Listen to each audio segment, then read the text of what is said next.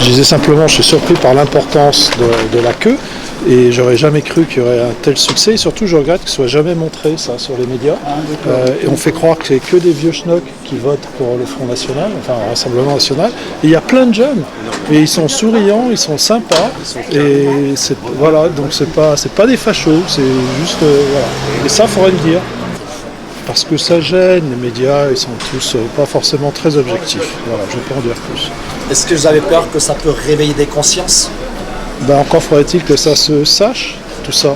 Mais j'aimerais que ce soit montré, effectivement. Bon, pour pas toujours diaboliser. Oui, puis vous auriez vu tout à l'heure, ils chantaient la Marseillaise. Ah oui. Ils sont calmes. Ouais, ouais. Ils chantent la Marseillaise de temps en temps. Ah, c'est vrai, j'ai pris plein de photos, j'ai envoyé ça à tout le monde que je connais, pour dire, ben voilà, la réalité, elle est là. Elle n'est pas forcément ce qu'on nous montre à la télé. Je sais pas. En toute honnêteté, j'en sais rien. Alors c'est vrai que dans ce que propose le Front National au plan économique, c'est pas toujours extraordinaire. Mais il y a plein de thèmes sur lesquels, à mon avis, on ferait bien de les écouter. Ils se sentent dans l'insécurité, c'est ça? Oui, c'est le moins qu'on puisse dire. Mais il n'y a pas que ça. Il y a le respect, il y a, regardez l'école. L'école, ça fait 30 ans, 40 ans que ça s'écroule. On se paye la tête des profs et souvent c'est les parents à qui il faudrait botter le cul plus qu'aux enfants. Et il y a un laisser-aller dans ce pays, mais c'est pas récent, ça fait plusieurs décades. On est mal barré. Alors, un jour ça va se réveiller, mais ça prend du temps. Ce serait pas mal. Mettre un gros coup de pied au cul à tous ceux qui font rien, comme Macron, qui fait rien. Il gesticule, mais fait rien. Il n'y a qu'à voir. Dès son élection, le mois de mai, quand ils ont cassé le McDo qui était à côté de la gare de Senlis, il fallait réagir et réagir très violemment. En disant on manifeste, d'accord, on bloque éventuellement des routes, d'accord, mais on ne casse pas et on ne pille pas. Il ne l'a pas fait. Alors c'est un boulevard après. Ils peuvent faire ce qu'ils veulent. Et eux, ils viennent, c'est pour piller, pour casser, et ils s'en foutent de la cause. Eux, ils viennent pour foutre le bazar et casser ce qu'ils peuvent. Mais ça, il faut leur rentrer dans le lard, à ceux-là. Mais Macron, il fera jamais ça. Qu'est-ce que vous voulez que Poutine ait peur d'un petit Macron qui n'est même pas capable de rétablir l'ordre chez lui? Il joue sur du velours. Oui, il a peur. Il n'ose pas faire ce qui doit être fait. Et le courage, ça ne s'apprend pas à l'ENA. Hein. Voilà. Merci. Au revoir. Au revoir.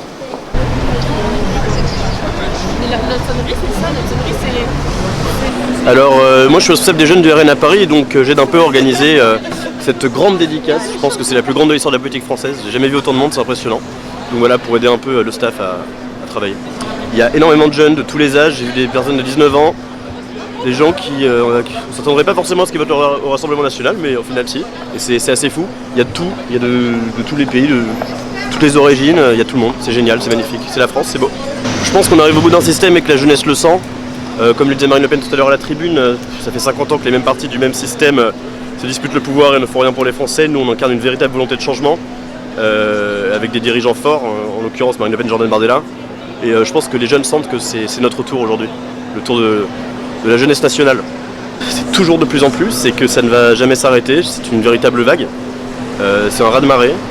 Et quand on voit la jeunesse aujourd'hui qui se mobilise autant pour une simple dédicace, je pense que l'avenir en tout cas, si ce n'est pas tout de suite, dans 10 ans, sera largement de notre côté. Eh bien pour la dédicace du livre de Jordan Bardella. Une nouvelle chance pour la France. Je vois pas ce que je peux vous dire d'autre parce que clairement, voilà, je vous laisse regarder la queue, il n'y a que des jeunes. Donc non, c'est vrai, en plus moi j'étais allée à Tonins là quand il était venu, je sais plus, c'était il y a 3 semaines, il n'y avait que des jeunes. Je sais pas, la moyenne d'âge ça devait être 25 ans. Donc, je pense qu'il y avait très peu de gens de plus de 30 ans. Donc non, franchement c'est très jeune. Ça m'étonne même un peu moi-même, mais franchement ouais, c'est hyper jeune. Ah bah oui, clairement, oui. Ouais. Je veux dire, c'est vrai qu'aujourd'hui quand on sort le soir, etc., surtout en tant que femme, on n'est pas hyper rassuré. Ce qui n'était pas le cas il y a 50 ou 60 ans. Enfin, moi quand j'entends parler mes parents, ils disaient mais nous l'insécurité ça n'existait pas. On pouvait sortir sans problème, on ne se faisait pas agresser, etc. Et aujourd'hui, franchement, vous laissez même des enfants, il y a des enfants de 10 ans qui se font racketter dans les angles de rue. Donc c'est pas normal, ça n'existait pas. Effectivement, à la génération de nos parents, ça n'existait pas. Donc, qui est devenue la France pour qu'on en arrive là, quoi. Des femmes qui se font violer dans le métro sans que personne ne réagisse, des enfants qui se font racketter, des enfants qui se font violer, parce que alors on entend parler de la pédophilie, mais alors comme on n'en a jamais entendu parler, enfin bref, c'est un peu catastrophique, quoi. C'est pas qu'il est impuissant, c'est que je pense qu'il ne veut pas. Je pense que c'est vraiment idéologique. Ils ont une vision de la France et de l'Europe qui est clairement pas celle que je partage. Et c'est-à-dire que je pense qu'ils ont une vision globale, c'est-à-dire que les nations doivent disparaître, plus de frontières, on doit devenir une seule et même nation en Europe. Moi je pense qu'honnêtement on est trop différents pour ça et moi j'ai pas du tout envie d'être européenne, je suis française. Donc non, voilà. En fait, je veux dire, fermer les frontières, c'est quand même pas si compliqué que ça en réalité. Mettre en place, je veux dire, appliquer les peines en justice, etc. Je veux dire, en fait, la loi française le permet. Et ce n'est pas appliqué. Je veux dire, les juges français aujourd'hui ne font pas leur travail. Donc non, je veux dire, oui, quand on veut, on peut, mais là, on ne veut pas. Enfin, clairement pas. Je veux dire, ça fait maintenant depuis combien d'années que les Français disent qu'ils en ont marre de l'immigration, qu'ils en ont marre de l'insécurité, etc. À quel moment on nous a écoutés ? Franchement, à quel moment ? Jamais. On a toujours autant d'immigration, on a toujours autant de problèmes. Je veux dire, Enfin, regardez, ne serait-ce que la petite Philippine, assassinée par un mec sous OQTF. Qu'est-ce qu'il fait en France ? Ça fait des années qu'on dit qu'on n'en veut plus. Il est toujours là ? Et en fait, juste aussi une petite chose, c'est qu'il faut quand même savoir que là où elle a été assassinée, il y a juste à côté de l'université, il y a quand même un camp de réfugiés. Donc je veux dire, il y a un moment donné, il n'y a pas de fumée sans feu, quoi. Donc non, moi la volonté, je la vois pas. Je la vois pas. Ah bah clairement. Mais en fait, je pense que c'est pas leur priorité. Je pense que c'est pas leur priorité et je pense que l'immigration est une possibilité pour beaucoup d'entreprises d'embaucher à moindre coût. Et je pense que c'est ça la raison pour laquelle on les fait rentrer. Et aussi une autre chose, c'est que la natalité en France est tellement basse maintenant. Et pourquoi ? Parce qu'on a une politique familiale qui aura des pâquerettes. Et donc, on essaye de contrer ce peu d'enfants qui arrivent en France par une immigration jeune. Parce qu'il ne faut pas oublier que les immigrés qui arrivent en France, ce n'est pas des familles. Ce sont des jeunes hommes qui ont entre 20 et 30 ans en plein âge de travailler. Et donc évidemment... Et de combattre aussi, oui, tout à fait, oui, bah oui.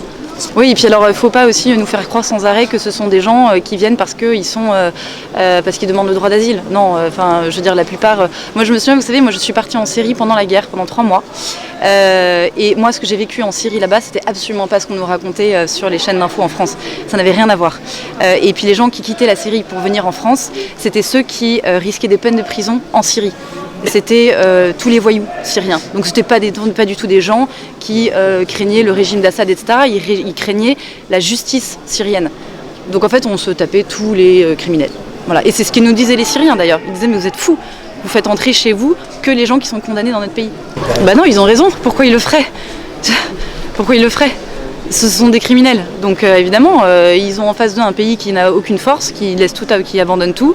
Donc pourquoi est-ce qu'ils récupéreraient chez eux des criminels ? Et puis nous, à aucun moment, on tape du poing sur la table. Enfin, il suffit de voir Macron, là, qui est allé en Algérie. À quel moment il a tapé du poing sur la table et mis en avant les intérêts français ? Non, non. C'était le pardon pour la colonisation, le pardon pour tout un tas de choses. Enfin, il y a un moment donné, excusez-moi, d'abord, moi, la colonisation, je ne l'ai pas vécue, je n'étais pas née. J'ai rien à demander, je n'ai pas demandé pardon à qui que ce soit, tout ce qui est... Enfin, voilà, non. Je veux dire, c'est pas... Donc, à aucun moment, il est allé pour les intérêts français. Pour acheter un cadeau à ma sœur parce qu'elle est complètement fan de Bardella et ça lui fera grandement plaisir pour Noël, j'imagine. Elle est amoureuse, voilà, et puis elle trouve qu'il a du charisme, que c'est une offre politique intéressante et puis voilà, elle l'aime bien. Et pour vous ? Il est intéressant, mais je suis plus à droite que le RN, donc c'est-à-dire plutôt Marion Maréchal, personnellement. Elle revient. C'est plus libéral et puis c'est... Voilà. J'en pense que ça peut très vite se redresser. Je ne suis pas du tout défaitiste parce que ça peut repartir aussi vite que c'est descendu et j'ai confiance en l'avenir. Je pense qu'une fois qu'on aura les bonnes personnes, enfin pas seulement en politique mais aussi de manière générale, les bonnes personnes qui prennent les choses en main et qui sauront mettre de l'ordre dans tout ça. Les personnes qui sont à des postes où ils ne devraient pas être vont sauter et puis d'un seul coup ça devrait arranger quelques petites choses. Pas tout mais ça arrangera certaines choses. il est impuissant devant beaucoup de choses en ce moment parce que on a un moment politique assez tendu. Personne n'est vraiment gagnant dans cette élection parce que ils ont magouillé comme des sagouins. Et donc tout le monde essaye de jouer les équilibristes, mais par rapport à l'insécurité, oui, ils sont impuissants parce que ils peuvent pas courir après tout le monde. Ils essayent. En fait, c'est surtout qu'il y a les droits de l'homme, qui est avec des juges qui nous disent même si le mec il a poignardé une nana, qu'il l'a violée, qu'il a fait tout un tas de choses horribles, mais vous comprenez, c'est un être humain. Il faut lui accorder, il faut payer pour lui, il faut lui donner une bonne chambre dans la prison. Ça peut pas tenir comme ça. Les gens vont péter un câble. Tous les gouvernements essayent de se maintenir. C'est des élus, donc forcément ils veulent garder leur mandat et donc ils essayent de tenir le coup le plus longtemps possible. Oui, la retraite, elle est complémentaire après derrière. Ils touchent le pactole, les lascars. Oui. Mais nous, on a nos idées, c'est parce que nous savons que chez nous, au RN, on n'est pas là pour le pouvoir, on est là pour le peuple. D'où le mot populiste. Alors, pour aller voir Jordan Bardella, les dédicaces de Jordan Bardella.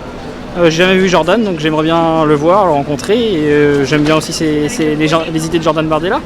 Les idées du Rassemblement National, j'ai jamais renié les idées du Rassemblement National, donc j'aime beaucoup ses idées à lui.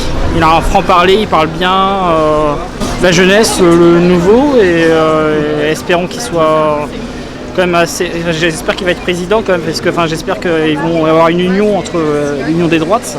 Mais j'espère qu'il va s'unir avec le parti de Marion Maréchal, par exemple. Mais voilà, donc le nouveau, la jeunesse. Là, actuellement, il y a énormément de jeunes. Ouais.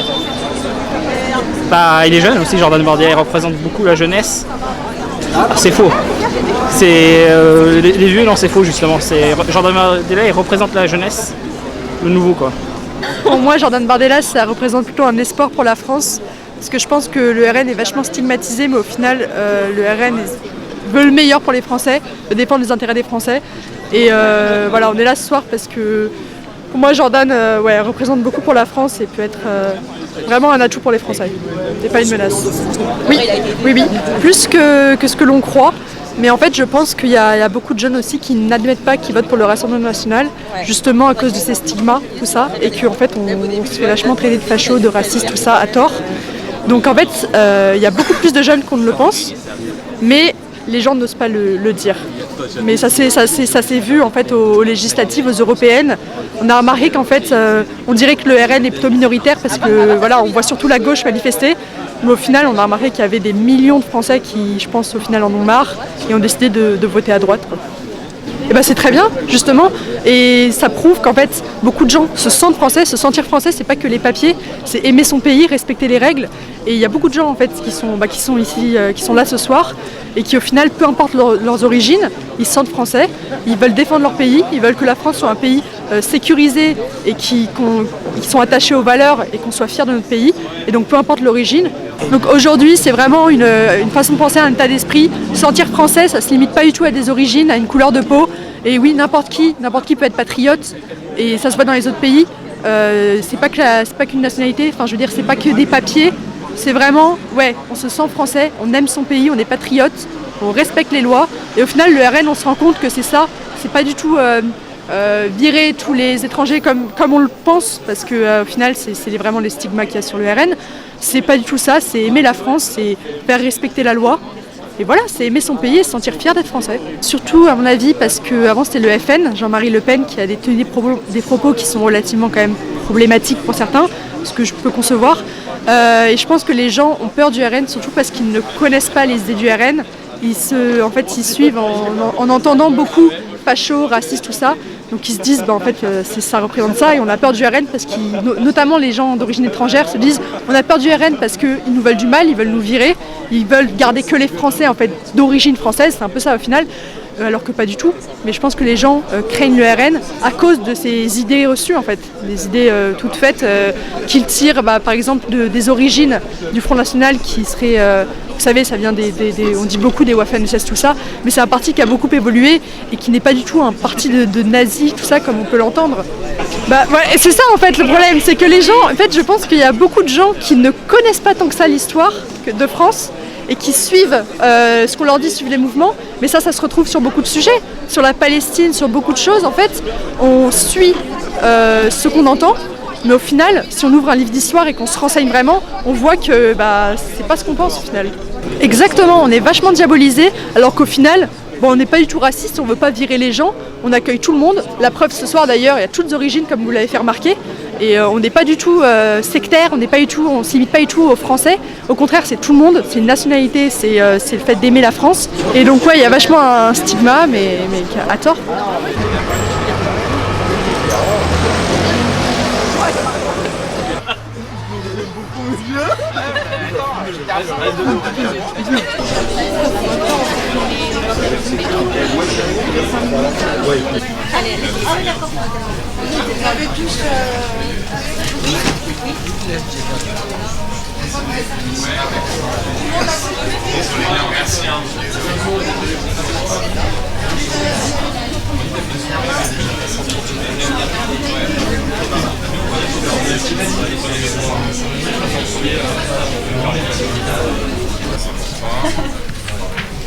Merci.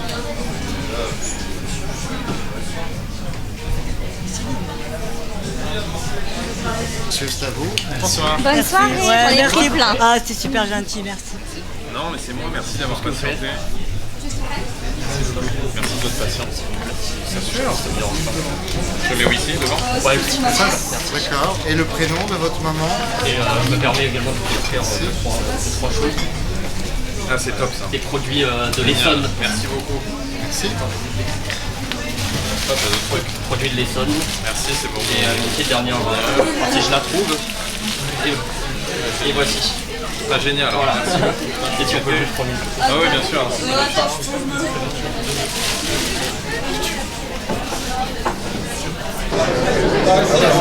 Vous avez la carte ou pas? Non, on l'a pas. Bon, alors on lit.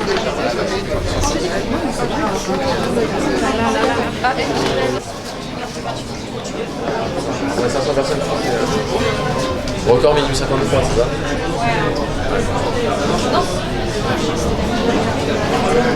Non, on pense pas. Hein, non, on pense surtout à des lignes rouges et à un projet. Et donc, ce nouveau gouvernement qui sera nommé dans les toutes prochaines heures doit évidemment tenir compte de nos demandes, de la protection du pouvoir d'achat, de la défense de nos entreprises et évidemment d'un bon équilibre des comptes publics. On ne peut pas demander toujours des efforts aux mêmes. L'État doit être exemplaire et donc il faut faire la chasse au gaspillage d'argent public. On a toujours été constructif, on va continuer à proposer des mesures pour lesquelles nous avons été élus, mais je crois que ce soir nous avons fait respecter nos électeurs et surtout nous avons protégé le pays d'un budget de récession. Qu'est-ce que vous pensez de François Baroin ou de Sébastien Lecornu en tant que Premier ministre? Mais ça c'est pas, alors regarde, ça me regarde pas, ça me regarde pas un truc. Alors, ce que j'attends de celui qui sera nommé, que ce soit Sébastien Lecornu, François Baroin ou quelqu'un d'autre, parce que Emmanuel Macron est toujours le spécialiste pour sortir des noms que personne n'attend, c'est d'abord le respect à l'égard des électeurs du Rassemblement National qui ont été 11 millions à voter pour nos candidats lors des dernières élections européennes puis législatives, et évidemment la prise en compte de l'urgence sociale aujourd'hui dans le pays et des intérêts économiques de la France. Donc nous on est prêts à avancer, on a toujours été dans cet état d'esprit. Je regrette que Michel Barnier ait fermé la porte pendant très longtemps et je pense qu'il l'a payé aujourd'hui. Cette motion de censure, elle a été votée ce soir avec aussi le nouveau Front populaire. Est-ce que vous êtes en accord si jamais un nom sort du nouveau Front populaire, vous êtes allié pour la motion de censure, est-ce que vous serez sur le même... D'abord on n'est pas allié sur la motion de censure. Vous l'avez voté avec eux? On l'a voté avec eux. Quand il y a un texte qui est mis aux voix à l'Assemblée nationale, nous avions nous proposé notre propre motion de censure. La censure, c'est la défiance à l'égard du gouvernement. Donc moi, j'ai indiqué très clairement que tout nom, tout Premier ministre issu du nouveau Front populaire serait évidemment immédiatement censuré, parce que je pense que passer ce budget de récession, le nouveau Front populaire est peut-être sur le plan politique et économique une des plus grandes menaces qui pèsent aujourd'hui sur la cohésion nationale et sur la souveraineté de la France. Au sein de votre parti, quelqu'un pourrait endosser ce costume de Premier ministre? Non, parce que nous n'avons pas suffisamment de parlementaires et de députés à l'Assemblée nationale pour aspirer à conduire la politique de la nation et que évidemment un nom issu du Rassemblement national ne tiendrait pas très longtemps et c'est pas notre position aujourd'hui. Il faut un Premier ministre qui soit en revanche capable d'admettre que nous avons le premier groupe à l'Assemblée nationale et que nous sommes le parti politique pour lequel les Français ont le plus voté. Ça veut donc dire prendre en compte les aspirations de nos électeurs, entendre nos lignes rouges, écouter ce que disent nos électeurs et respecter ce pourquoi ils ont voté.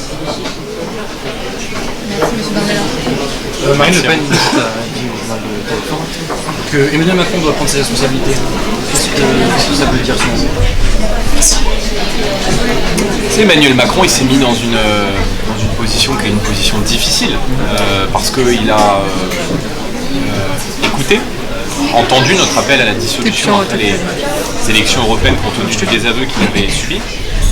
Il a décidé d'organiser des élections législatives en 3 semaines et refusant au Rassemblement national la possibilité d'accéder à Matignon, il a, avec Gabriel Attal et l'extrême gauche, organisé des retraits et des accords contre nature au second tour. Moi j'avais très clairement indiqué au second tour des élections législatives que si j'étais privé d'une majorité, alors ce serait le désordre institutionnel pendant à minima 1 an. Donc nous on va évidemment faire en sorte que les Français soient défendus et soient protégés. Mais celui qui est responsable de ce sentiment d'incertitude qui peut planer sur l'hémicycle et sur la démocratie, c'est évidemment Emmanuel Macron. Il a non seulement un bilan qui est extrêmement lourd à la tête du pays, notamment sur le plan financier, budgétaire, économique, entre autres, mais il a une responsabilité dans le climat d'incertitude qui règne aujourd'hui sur la vie politique française. Vous parlez de responsabilité, mais vous ne souhaitez pas prendre les vôtres en proposant un nom en tant que Premier ministre à Emmanuel Macron. Vous avez dit à l'instant qu'il n'y avait pas de nom à proposer à Emmanuel Macron. Alors je prends mes responsabilités, mais il est écrit nulle part que c'est le président du premier parti d'opposition qui nomme le Premier ministre. Donc moi je prends mes responsabilités quand il faut les prendre, mais quand c'est pas à moi de faire, je ne fais pas le temps. Voilà. Et quand on parle avec les personnes qui sont venues vous voir, vous voudrez que ce soit vous, le prochain Premier ministre, qu'est-ce que vous leur répondez? Il va falloir attendre quelques mois et il va falloir attendre de nouvelles élections, mais la progression du Rassemblement national est une progression importante d'élection en élection et nous restons aujourd'hui une force d'alternative et une force d'espoir pour des millions de Français. Donc moi je me bats pour eux et je continue aujourd'hui de venir à leur rencontre, aujourd'hui dans le cadre de mon livre et puis peut-être demain dans le cadre d'une nouvelle campagne électorale. Vous demandez la démission d'Emmanuel Macron? Toujours pas. On ne demande toujours pas la démission du président de la République. Contrairement à Jean-Philippe Tanguy, député RN, qui lui voudrait cette démission. Ce qu'on attend, c'est la nomination d'un nouveau Premier ministre avec une discussion budgétaire qui puisse repartir de plus belle autour d'axes très importants pour les Français. La défense de leur pouvoir d'achat, la défense de nos entreprises, la remise en ordre des comptes de la nation.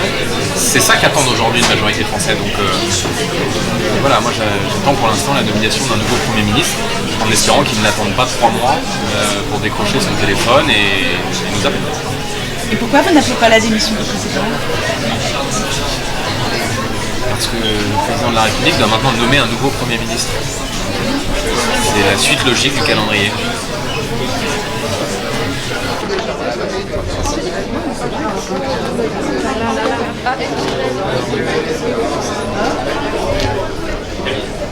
Alors je m'appelle Julia, je suis militante Rassemblement National depuis 2017 et je suis sur la commune de Clamart. Et je suis très contente d'être là ce soir parce qu'en plus il y a énormément de monde et on ne s'attendait vraiment pas honnêtement à ce qu'il y ait autant de monde parce que pour avoir fait plusieurs campagnes en Ile-de-France, on nous a toujours dit que l'Ile-de-France c'est compliqué. J'ai eu le temps pendant la queue de faire un petit sondage, c'est essentiellement des gens qui sont franciliens, donc ça veut dire qu'il y a vraiment un espoir pour la suite et pour les prochaines élections. Et on est très content que Jordan justement représente cet engouement derrière lui. Alors moi c'est Juliette, je suis militante au Rassemblement National et j'ai été aussi candidate aux départementales, régionales et aux législatives, les 2 dernières législatives. Je suis ravie d'être là, il y a un monde fou, ça fait chaud au cœur vraiment. Tout à l'heure il y en avait qui chantaient la Marseillaise. Bon, je sais pas, si la queue est tellement longue. Si j'ai pas mon livre aujourd'hui dédicacé, ce sera pour une autre fois et en tout cas je le lirai avec beaucoup d'attention parce que j'ai vraiment envie de connaître le parcours initiatique de Jordan Bardella, quelle a été son enfance, adolescence et qu'est-ce qui, comment dire, la poussée vers l'action politique.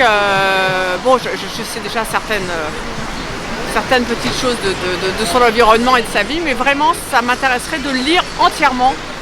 Ce que je ne fais pas toujours avec les bouquins que j'achète, que je lis parfois en diagonale, mais là, vraiment, je le lirai dans sa totalité. Oui, beaucoup de jeunes, oui. Beaucoup de jeunes, bah oui, parce que je pense que Jordan Bardella, il y a un engouement particulier pour les jeunes, chez les jeunes hommes aussi, je dirais, bon, chez les jeunes femmes aussi, mais c'est vrai. Il incarne une espèce de renouveau de la politique. Il a su faire, pas rendre glamour, mais un peu travailler sa communication et justement rallier une partie de l'électorat qui n'était pas forcément acquise au départ. Donc c'est plutôt une bonne chose qu'il y ait beaucoup de jeunes. Ça veut dire aussi qu'il y a une nouvelle génération pour la France qui est prête à prendre le relais et donc tous les espoirs sont permis, j'ai envie de dire. Oui, aussi. J'ai discuté avec des gens qui étaient un peu d'origine différente, qui justement en ont un peu marre parce que de tout ça.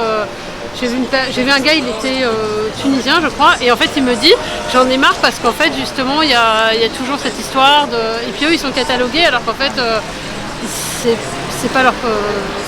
Tout le monde n'est pas à mettre dans un panier, j'ai envie de dire. Mais au-delà de ça, non, c'est vraiment intéressant, on a fait des belles rencontres. Et j'espère honnêtement qu'il aura du succès et que surtout on pourra gagner la prochaine élection. Je pense qu'on a peur de quelque chose qu'on ne connaît pas et ils sont restés un peu sur l'image, une vieille image qui est un peu galvaudée, qui n'existe plus maintenant. Et on ne connaît pas en fait, donc j'ai envie de dire comme en général on a peur de ce qu'on ne connaît pas et puis que les médias font énormément de mal aussi à coup de clichés, forcément je pense que la haine vient de là en fait. Pas la haine, la haine qui nous voue, parce que voilà, il y a aussi pas mal de gens qui sont pour nous. Des clichés de racisme primaire, de fachos. On n'aime pas les étrangers. Qui sont xénophobes. Moi je me reconnais pas du tout dans ces clichés. Comment dire, je me sens patriote, j'ai beaucoup enseigné dans les banlieues et j'ai pu me rendre compte qu'il y avait un problème d'assimilation en particulier et que cette immigration folle, ça ne pouvait pas continuer parce qu'on est en train de complètement se faire envahir avec une identité qui sera plus la nôtre si on ne peut pas assimiler toutes ces vagues d'immigration. Et ça, c'est pas être facho, c'est juste aimer son pays et vouloir que son identité ne change pas complètement. Et de toute façon, je pense que toutes les migrations, quand elles sont trop massives, posent problème. Il y en a qui posent plus de problèmes que d'autres parce que c'est des cultures qui sont plus éloignées que la culture française. A priori, il y a moins de soucis, en tout cas avec certaines migrations, on ne peut pas le nier, mais c'est pas forcément non plus enviable qu'on se fasse, je sais pas, que la population française soit remplacée par une population asiatique, ce serait pas non plus souhaitable, c'est tout, voilà. Mais c'est clair que c'est pas une population a priori qui pose des difficultés. La plupart des OQTF, pour la plupart, viennent de pays, beaucoup du continent africain, mais pas seulement, et souvent de cultures musulmanes, arabo-musulmanes. Pour la très grande majorité d'entre eux, ils viennent du Maghreb essentiellement. Et clairement, il se trouve qu'il y a une criminalité plus importante dans cette partie de l'immigration. C'est les chiffres de l'intérieur, tout le monde peut les voir. De toute façon, dans les prisons, il y a beaucoup plus de personnes d'origine nord-africaine et tout dans les prisons que des Asiatiques.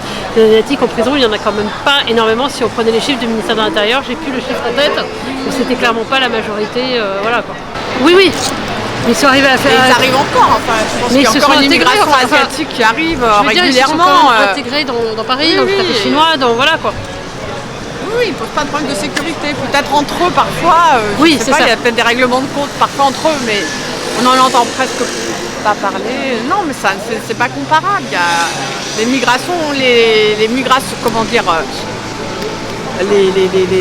certaines migrations posent des problèmes de sécurité plus que d'autres. Enfin, je veux dire, c'est une Surtout évidence. que les Asiatiques qui sont arrivés, en général, ils travaillent, ils ont des commerces, ils se sont intégrés, ils ont soit, alors je vais pas dire le quartier chinois parce qu'on va me dire que c'est un gros cliché, mais ils ont souvent des commerces, des boutiques, ils travaillent dans le pays, ils participent à l'économie du pays, ils participent à tout ça.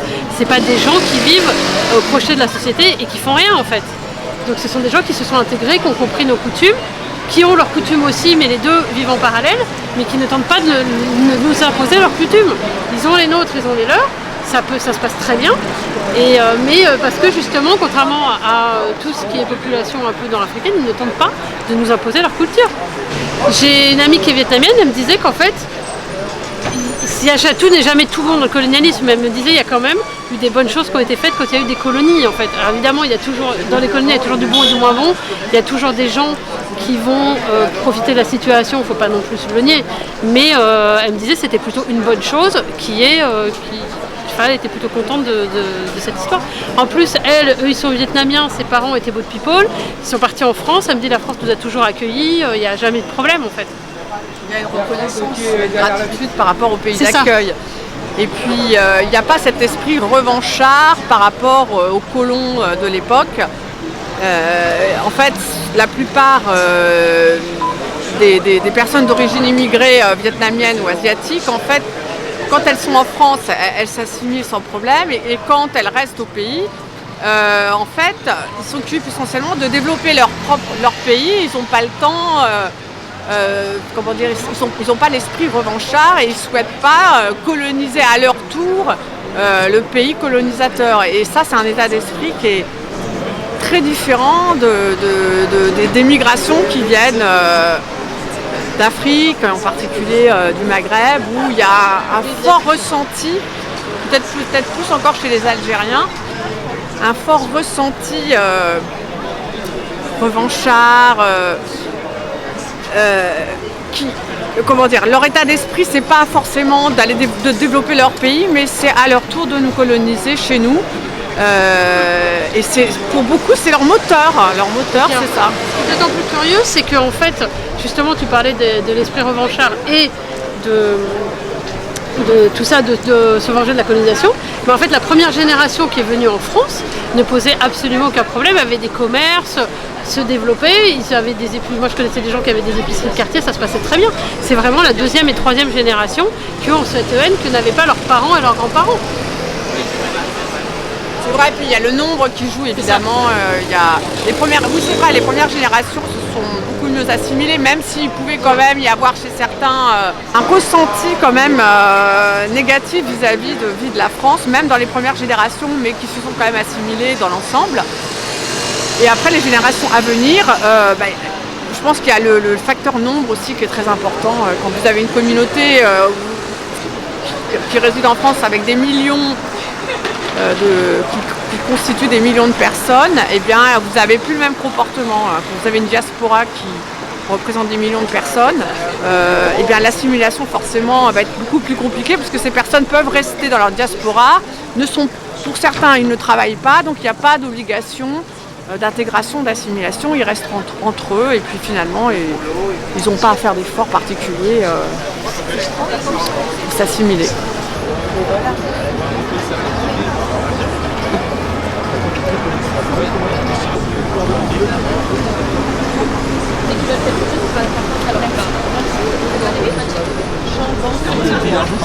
Mais c'est bien.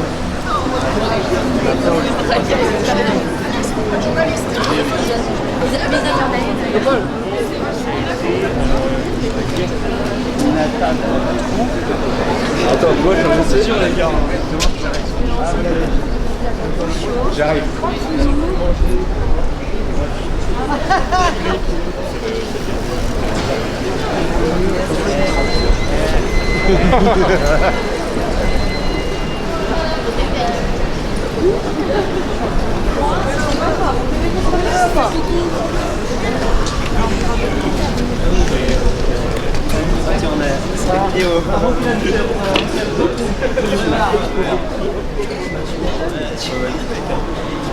Quel mec qui m'a dit ça.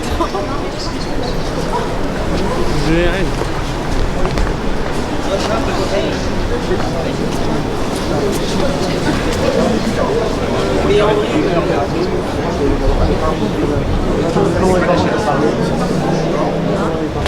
la photo.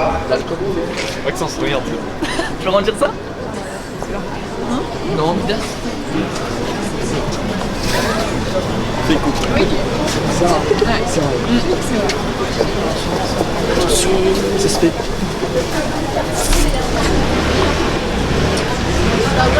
Rentrer de chez moi, comme chez mes parents. C'est normal parce que bon, c'est vrai que. Ah, on fait pareil. Bien sûr. Médecine généraliste, spécialisée dans le sport.